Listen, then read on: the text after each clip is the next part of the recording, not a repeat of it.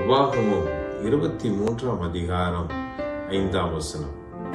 உன் தேவனாகிய கர்த்தர் பிலேயாமுக்கு செவி கொடுக்க சித்தமில்லாமல் உன் தேவனாகிய கர்த்தர் உன்மேல் அன்பு கூர்ந்தபடியால் உன் தேவனாகிய கர்த்தர் அந்த சாபத்தை எல்லாம் உனக்கு ஆசீர்வாதமாக மாற பண்ணினார்.